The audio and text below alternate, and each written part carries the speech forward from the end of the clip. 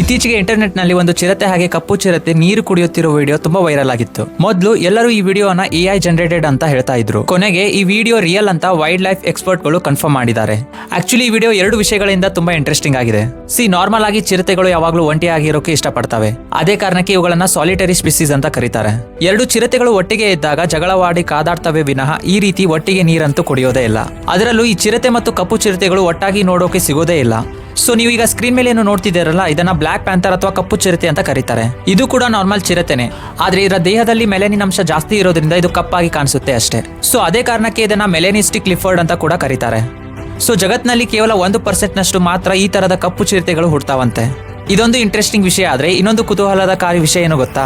ಈ ದೃಶ್ಯ ಕಂಡು ಬಂದದ್ದು ಬೇರೆ ಎಲ್ಲೂ ಅಲ್ಲ, ನಮ್ಮ ಕರ್ನಾಟಕದಲ್ಲಿ. ಹೌದು, ಶಿವಮೊಗ್ಗ ಮತ್ತು ಚಿಕ್ಕಮಗಳೂರಿನ ಭದ್ರಾ ವನ್ಯಜೀವಿಯಲ್ಲಿ ಈ ತರಹದ ದೃಶ್ಯ ಇತ್ತೀಚೆಗೆ ಕಾಣಸಿಕ್ಕಿದೆ. ಇದೊಂದು ಪ್ರಕೃತಿಯ ವಿಸ್ಮಯವೇ ಅಲ್ವಾ? ನೀವ್ಯಾವತ್ತಾದ್ರೂ ಕಾಡಿನಲ್ಲಿ ಚಿರತೆ ಅಥವಾ ಕಪ್ಪು ಚಿರತೆಯನ್ನ ನೋಡಿದಿರಾ? ಕಮೆಂಟ್ ಮಾಡಿ. ಇಂತಹದೇ ಇಂಟ್ರೆಸ್ಟಿಂಗ್ ವಿಡಿಯೋಸ್ಗಾಗಿ ಫಾಲೋ ಮಾಡಿ ಇನ್ಫೋ ಈಗ ಚಾನಲ್ ಅನ್ನ.